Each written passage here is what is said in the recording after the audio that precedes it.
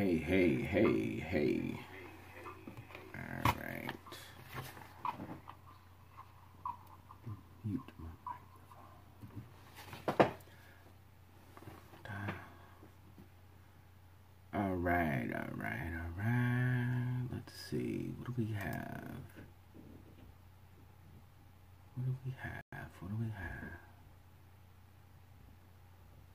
Let's see.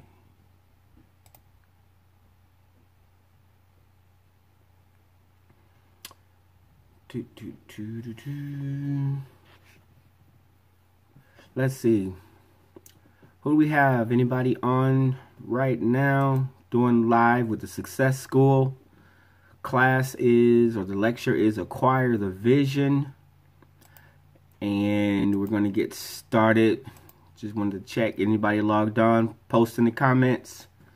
Not sure if anyone is on. I see it looks like there's 2 people, but it's hard to tell from my end. So if you're on, please just post your name or say hi or something. Yes. Let's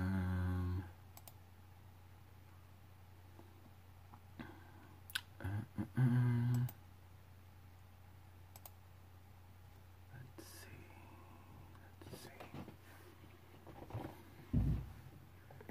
Make sure I don't have a light is too bright. Let's see. All right.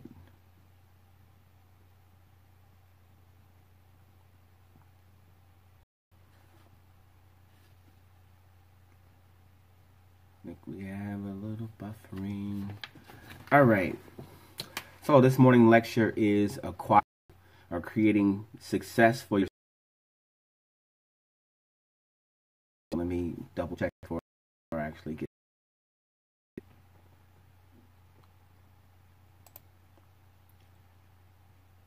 All right. Recommended bitrate. Recommend you use. Send a note if you can see this stream, okay? If you're on.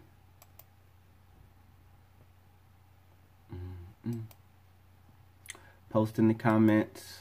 Let me see if the comments are working.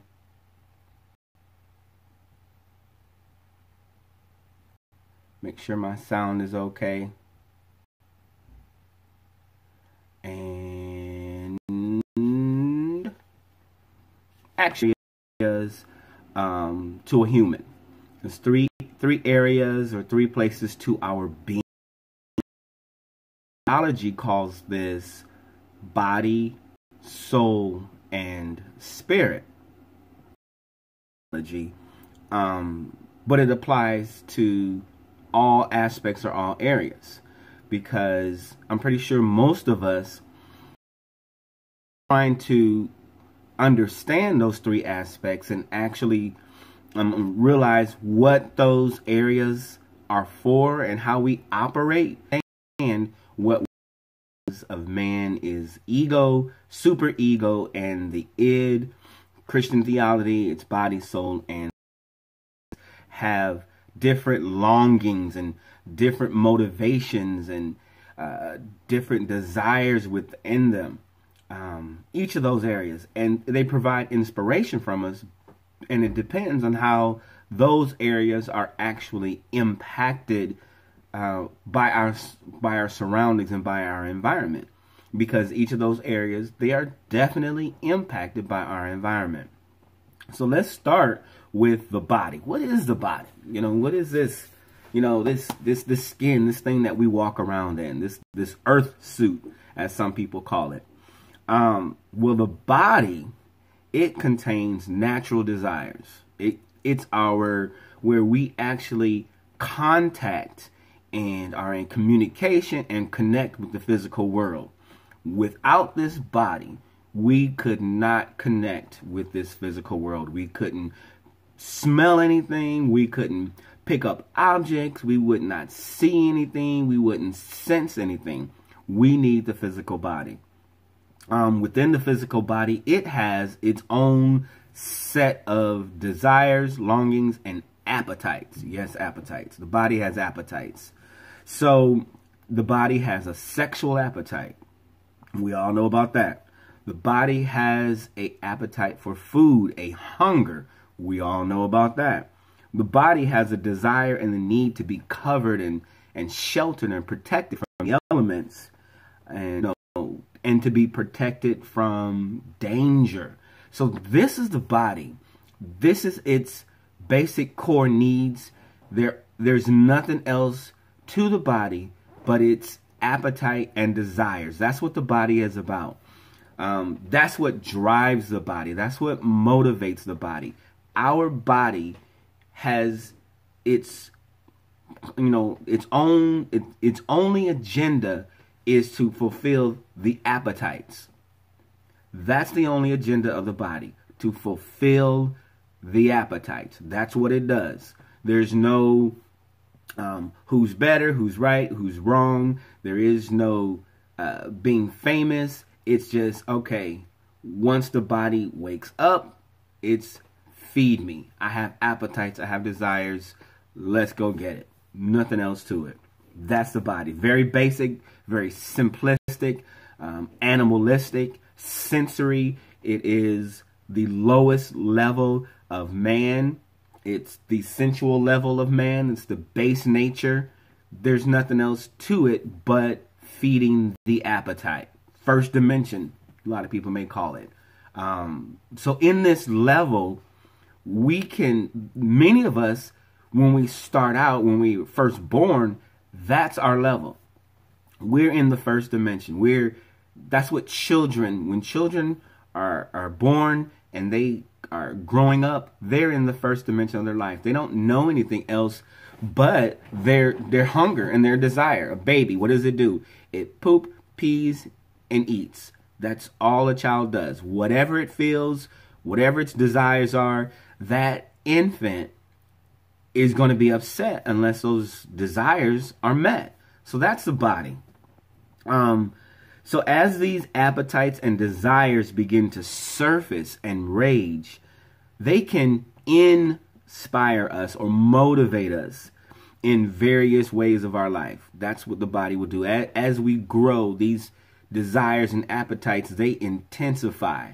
So when they intensify, that means we have to have more of what it is the body is hungering for.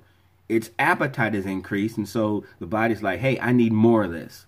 And it's pushing, it's striving, it'll ache, it'll pain, stomach will growl. All kind of things will happen to your body when its appetite is on fire, when it's raging. And obviously, that's going to motivate the mind to do something when the body's appetite is raging. So the body does not have a mechanism for morality, no right or wrong, but it just seeks to fulfill its appetite and its needs. As the needs become stronger, it will inevitably create a purpose. Right or wrong, the body will create a purpose. It will begin to establish patterns within your life, within your day, throughout the day, your activities. The body will start to inspire or to motivate and establish patterns of living. And so if we're not conscious of that, and I'll talk about that a little later, the body will take full control in its appetites, and it will lead your life based strictly on appetite. Keep that in mind. Just appetite. I'm hungry. I'm thirsty. I have a sexual need. I need to be protected. It only seeks to fill those needs. That's the body. We can become centered around appetite. We can become centered. Our life can become centered around our appetite. So what that means is nothing else is really important. Nothing else. There's not too many things that will take, priority, because the appetite is ruling and is in charge. So that becomes, like I said, a appetite-centered life. appetite. And when the appetites of the body are left unrestrained, you'll see patterns evolve. Very strong patterns you will notice when the body's appetite is left unrestrained. No restraint on the body's appetite. When you leave it that way, you'll find life becomes challenging, to say the least, when you do not restrain appetites. Because appetites, they range from the mild to the wild. They range from the mild to the wild, our appetites. And so if we're left to our appetite to lead and guide us and to give us daily direction, the sky is the limit on where we can end up, how we can end up, what kind of results. We can live an appetite-driven life and be around appetite-driven people. And, you know, when you have people who only think about their appetites, that can be challenged, because now you have one person or several people that are thinking about their appetite, and then you have another group or another person who's thinking about their appetite, and it becomes a rage of whose appetite will win, whose appetite is going to get satisfied. You can look at that from the standpoint of even a marriage. If you have a couple, spouses, who both are appetite driven or first dimension driven or body driven, they will get into conflict, major conflict, because both of them are trying to get their appetites satisfied. Both of them are trying to get their own needs fulfilled, their own thirst, their own wants, their own longings. And because both are appetite driven and not driven by any sense of, you know, concern or care or morality or any of those higher level thinking, it's strictly, I need what I want now, period. And if they're both in that place, then major conflict will arise, major. And so, you know, we have to be careful as humans, as people on the earth, and we have to be introspective and analyze ourselves. Am I an appetite-driven person? Does my appetite determine the majority of my actions? Does my appetite determine most of my decisions? Is that guiding me in my daily decisions, in my, you know, my choices, my major life choices? Is it the appetite? You have to be introspective and, you know, come to an understanding, come to a conclusion. You know, what drove last week's decision, you know, to do what was done? What drove it? What drove this morning's decision to do whatever was done? Was it appetite? Was it your longing on the inside? Was it that hunger that drove your decision? So that's key.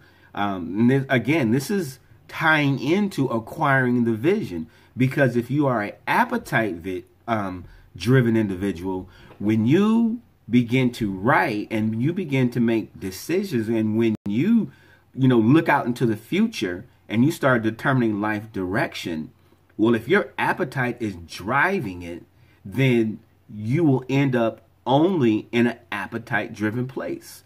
You know, a place where appetite rules and things are not always going to be pleasant, because the appetite does not care about another one's well-being. It's animalistic. Animals don't care. They don't care about anything except feeding their appetite. And instinctively, they protect their young. That's instinctively. That's instinct, to protect what belongs to them. But as far as anything else, there is no, I'm going to be nice today. I'm concerned about Brother Bear and Brother Cheetah and how they're doing today. No, there's none of that. It's like Brother Cheetah is a fellow animal, and we both are trying to do the same thing, and that's eat. We're trying to munch on something. So I hope that's pretty clear. So like I said, the result of an appetite-driven life is an appetite-motivated vision. And that will lead to a very unpleasant place. Because again, its aim is strictly in fulfilling its own hunger. So let's, I've talked for a few, take a moment of reflection. Just think. Just take a moment of reflection. Think. Analyze your particular appetites. Just analyze them. Think about what you are hungry for most. Think about that appetite and determine, and try and figure out what that appetite is. And then rate yourself in how well you manage that appetite. Think about your greatest appetite, what you hunger for most, whatever it is, what you hunger for, and you decide how well you manage that appetite. Just, think about that. 1 to 10, do you manage it well? Does that appetite usually end up making decisions for you and putting you in some kind of precarious positions? So that's your moment of reflection. I've already done that, so I know the answer for me. But for you, take that time, just reflect. Has your appetite put you in some precarious positions? What's your biggest appetite? And rate it. How well do you manage it? So, I'm going to sip some coffee. Yeah, that's pretty good. That's pretty darn good.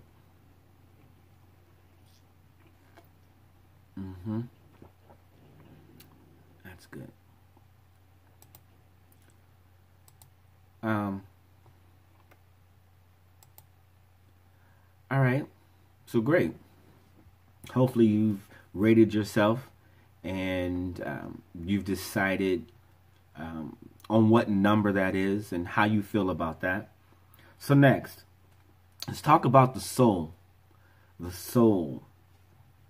The soul realm contains our emotions, our intellect, and our will. That's the soul realm.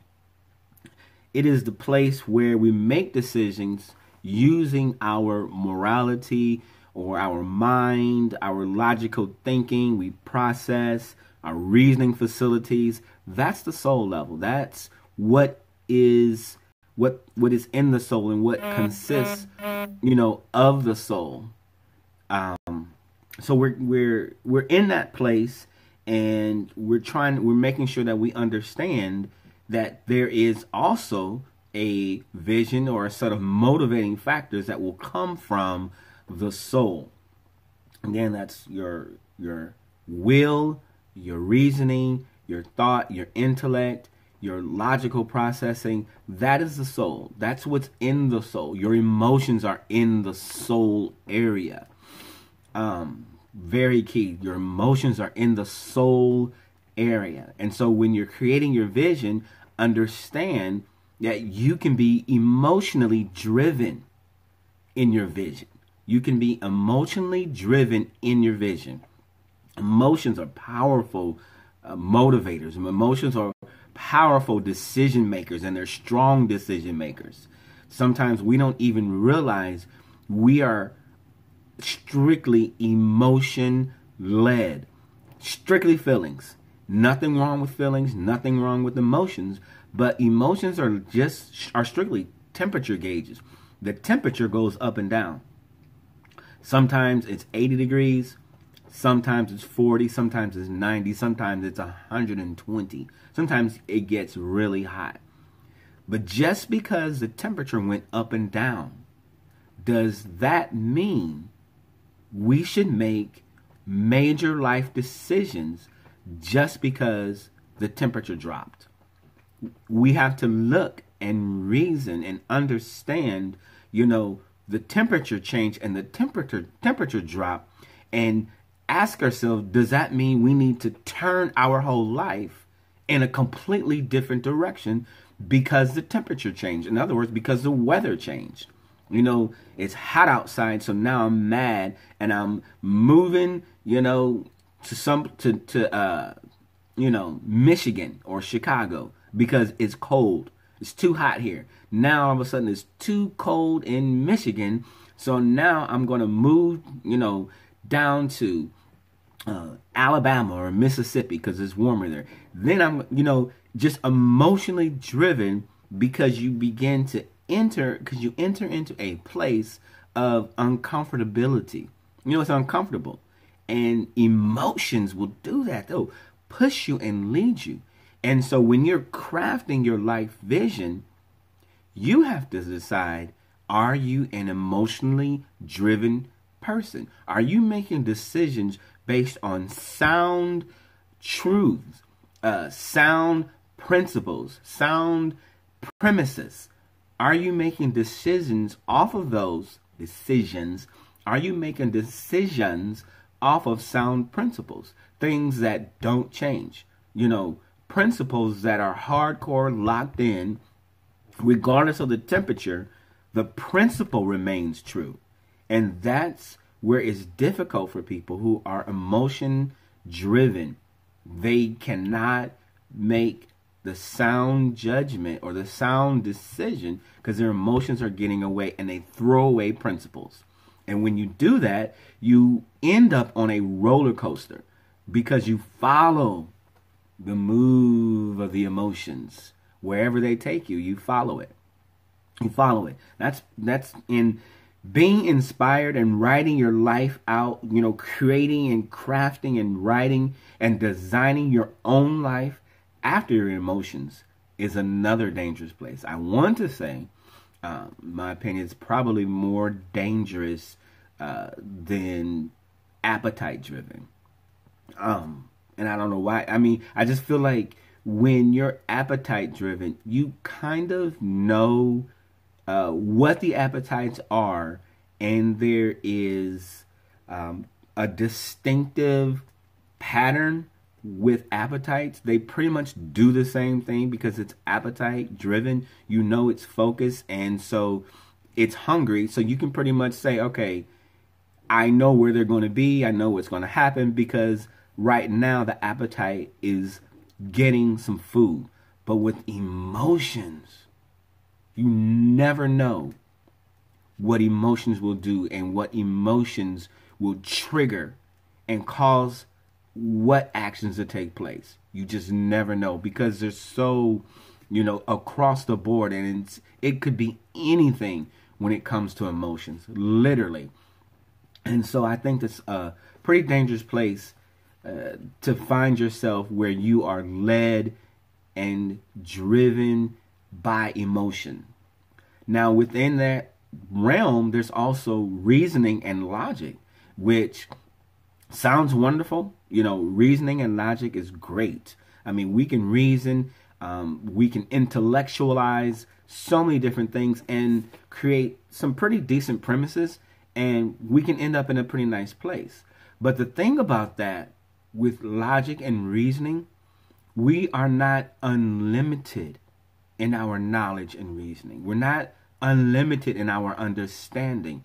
And because we're not unlimited, and there's aspects and areas that we just don't know, if we completely depend on logic and reasoning, we can become kings in our own mind to ourselves. We can, go above and beyond where we think that we're actually, the center of everything. And we can get into a place and a realm where we can never be wrong. We could trust our judgment so much, and we don't have all the answers. And we can truly become the center of all life, of all situations, of all problems and all solutions and all answers. We're the center because we trust and believe in our own intellect more than we should, because we don't know everything. There's so much we don't know. There's so much we don't understand. And because of that, we have to be careful that we do not allow ourselves to be completely immersed in our own logic and reasoning. We have to give room for learning and growing and rehypothesizing and rewriting and re-understanding, because we're constantly, coming into new information. We're constantly coming in to new knowledge. And so we have to be open for change and making proper adjustments to how we see things. Okay? So let me read. Let's look at this. The emotional realm of the soul. Emotions can be invoked by a variety of situations, come and go. For example, anger can be triggered simply by someone cutting us in line at the grocery store. What else? When anger is triggered, it happens, and it happens often enough, it can become the motivating factor in our life. Anger can be that motivating factor. And so if we create a vision based off how mad we are at a certain person in the past, that will shift our life. That will shift our life in a negative realm and filled with negative energy and negative consequences, because we now have a anger-driven life. Our vision is created from a place of anger, and it's built around that. And we have to understand that, that it's easy to slip into if we don't forgive, if we don't let go, if we don't move past things. That anger will constantly be fuel for our life. If anger is left unmonitored, then a person can become inspired by that anger, and that anger can literally destroy their whole life and dictate a course of actions all built around their anger. So it's pretty good. I kind of like this, and I'm learning as I go, so it's pretty good. The next session is vision and light. So, understanding how vision works and creating that vision, there's the physical or the biological, the physiological aspect of, should I say the natural aspect of how the eyes work when just seeing in the physical realm. So, and the key to vision in the natural realm, in the physical realm, in the, the world that we live in, the key to that is light. Light. So in the physical world, the key to light, or the key to vision, is proper light. The key to proper vision and sight, clarity, is light. Light. That's the key to proper vision. Light. Naturally and unnaturally, or physically and in the invisible realm. Light is the key. You must have light for vision. So, just kind of recap of what a lot of us probably have known and understood and heard from biology class or science class from when we were in middle school or high school. But I'll recap just to kind of tie some things in. Our eyes utilize light as it bounces and bends off the objects around us. Our eyes, they utilize that light. Light bounces off of objects. Light from the sun, artificial light, it bounces and it refracts and it bends different angles, and it goes into our eye. The eyes receive that light through the pupil, okay? And that light that comes in are called light impulses. There's signals, they're digital signals. It's information. And just like Wi-Fi and all the other signals that are going around digitally through our communication devices, so it is the same thing with light impulses and light images. They are signals with information about the object that the light was just reflected off of. When that light hits the object, it captures information. It's amazing. Wow. It's like, boom, it hit the object and immediately it gathers information about that object. And then that light signal then goes into our eyes through the pupil as light impulses. In other words, they're actually image signals or image information, and they're bent and refracted inside our eye, and they go back to the back of our eye where it hits the retina, which acts like film. That information is then implanted on the retina like film, and then it travels along the optic nerve to the brain, where it's translated into the meaning of what that actual image is, or what it looks like, or our understanding of that image. All because of light. Think about it. When it's dark, you can't see because there's no light to give you the image, to give you the image information. There's no light. When you know, and the first thing that we do if we want to see is we flip the light switch on, because we need to focus. When there's not enough light, and light isn't the right angle, the right amount of light, our vision becomes blurry. It becomes out of focus. Why? Because there's not enough light information coming into our eye. Think about that. Our vision physically, naturally, can become blurry. We can lose focus. And losing focus because of not enough light, because the light isn't coming in correctly into the eye, and you can be and it'll throw you off balance when you don't have focus, when your vision is blurry. It'll mess you up. So that's just in the natural. Now let's jump from physical to the invisible of the mind, the invisible world, to the thought process, because that's the real world. So just as we need light to physically see, the mind needs light to see in the invisible realm. The mind needs light in order to focus and determine direction in the invisible world. In the invisible world, in the invisible realm, in the invisible realm of the mind, we have to understand who and what we are and where we're going. We have to understand that. We have to understand that. We have to understand that. And so what light does is light, which is in the invisible, information. Light is information to the mind. So when the mind does not have information, the mind is dark. The mind needs information and knowledge to become enlightened.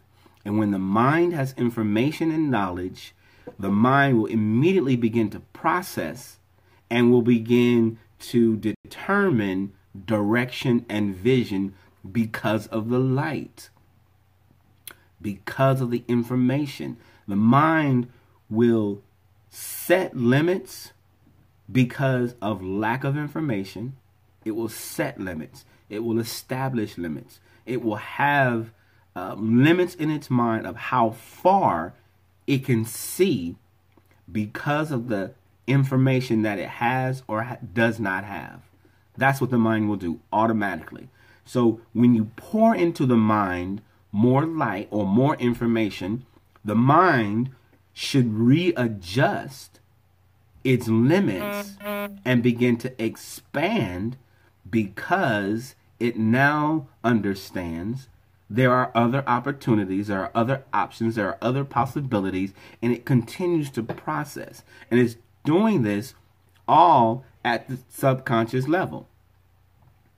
All at the subconscious level. That's what the mind is doing.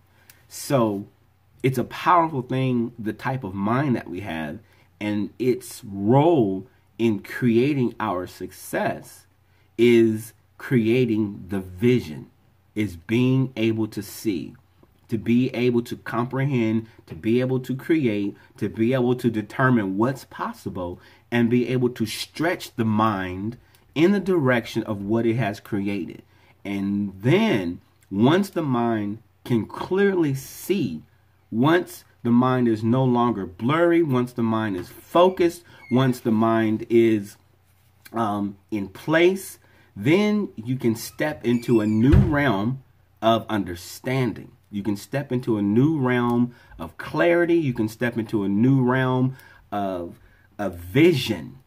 And when you're able to do that, things change. You are propelled. You are propelled to the next level in your own life, because now you can see yourself in another place. And that's the key, being able to see yourself in another place. And that's what information to the mind, which is light, which it will do. Okay? So, it's impossible for the mind to see with no light. It's impossible. When the mind has no light, it is in darkness, obviously. And mentally dark, no revelation, no illumination, just dark. And there are several impacts on an individual when their mind is in darkness, which are negativity and pessimism. When the mind has no light, when it's dark, it's negative and pessimistic because there are no options. Everything is failure. Everything is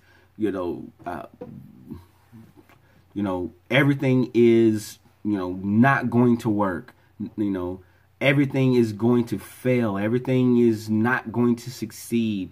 There's no sight of how things are going to be accomplished or improved, or success isn't even an option because there's no light. So everything is in a place of current failure, of current stagnation. Water, when it doesn't flow, it's stagnant. So being stagnant in your life and negative and pessimistic, we have to fight that. And depending, we can speak in a place where we feel positive, and we can declare positivity, and we can speak positivity. But at the subconscious level, we are stuck in failure and stuck in negativity. And we can still, scream positivity and say positive things, but subconscious negativity. Next thing, the lack of light in the mind can cause low self-esteem and low self-worth. So when the mind has no light, it begins to doubt itself. It begins or low value because the mind has no light. The other thing is a lack of confidence when there's no light. Just like in the physical realm, you're not going to run down the street or run through your house if all the lights are off. If it's completely dark in your house, you're not going to jump out of bed and go sprint through their house because you'll run smack dab into a wall. And so you're not confident enough. We're not confident enough when there's not enough light to walk around. We're the same way in the invisible realm of our mind. When we make decisions, when we make life decisions, when we're heading in a certain, or aura, we cannot see. And so we are going to cautiously proceed in, whatever direction that we feel that we should move. So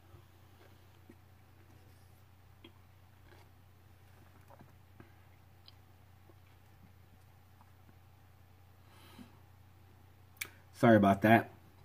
I think we dropped connectivity.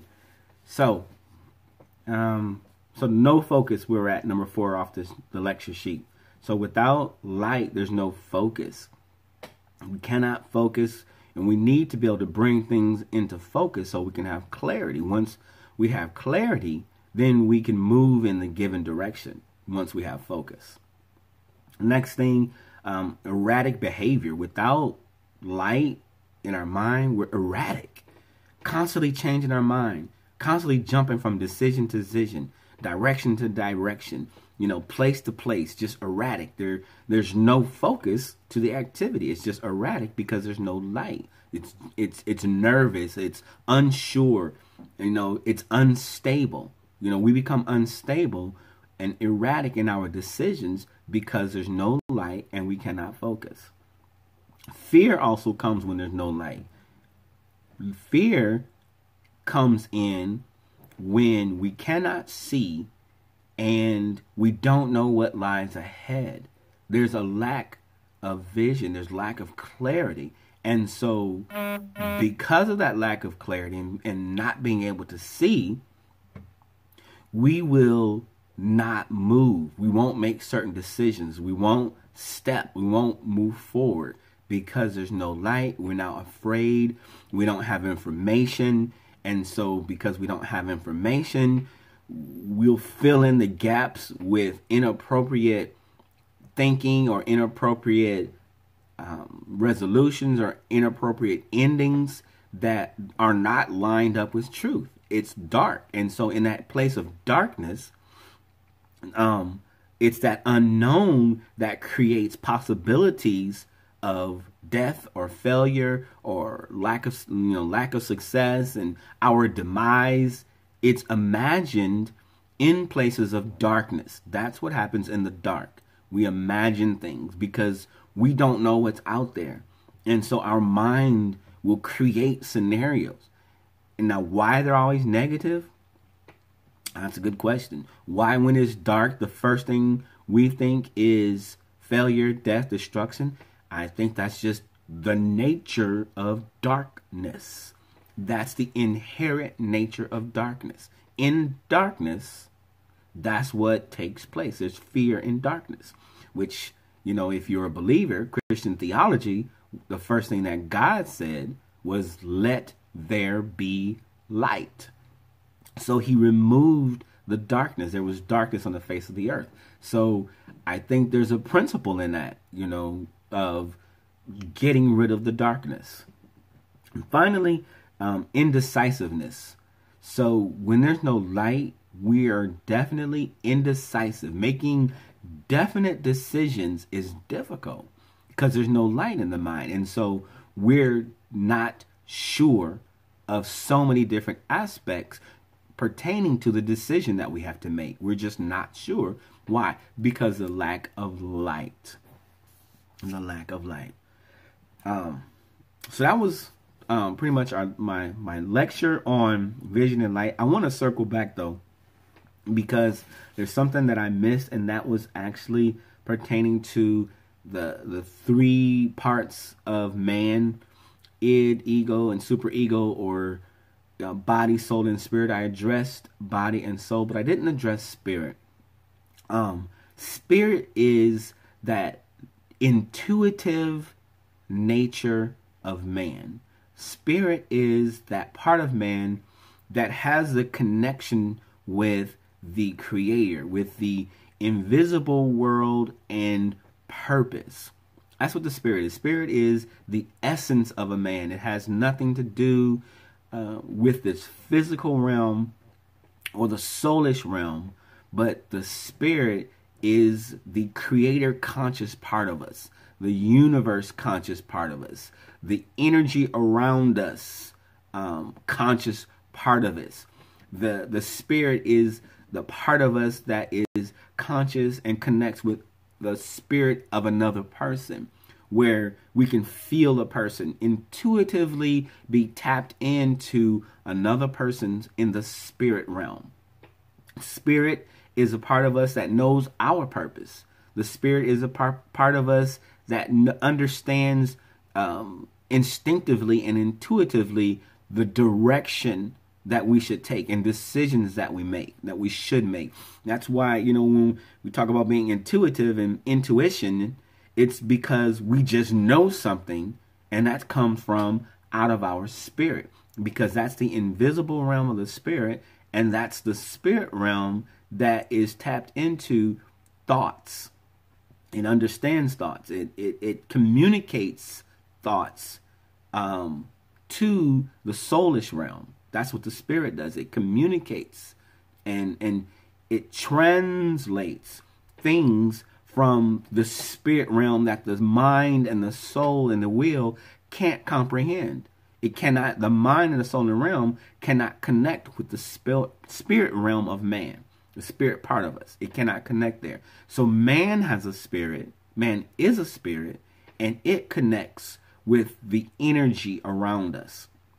You know, the atoms, the molecules, purposes, you know, things that are timeless. There's no time in the spirit realm. There's no time. So there is no past, you know, there's no past, present, or future. With the spirit, it's just now. There's no objects. There's no physical realm to tie it to. It's just spirit. And so in that realm is where our vision should be cast. It's in that realm in that we understand and know our purpose. And this is where we have to be highly introspective. We have to meditate. We have to dig in deep into, you know, our essence and begin to gather information that will tell us, okay, what is my vision? What is my purpose? What is my passion? What are the things that I love? Intuitively, instinctively, and naturally, without force, without coercion, without manipulation, without duplication, without trying to imitate. What is my thing? Who am I? Well, that's in your spirit. And so when you capture your vision from your spirit, it becomes a shining and a guiding light, you know, for all eternity, for all, you know, time to come, because it's constant. It's not moved by life situations. It's not moved by the physical realm.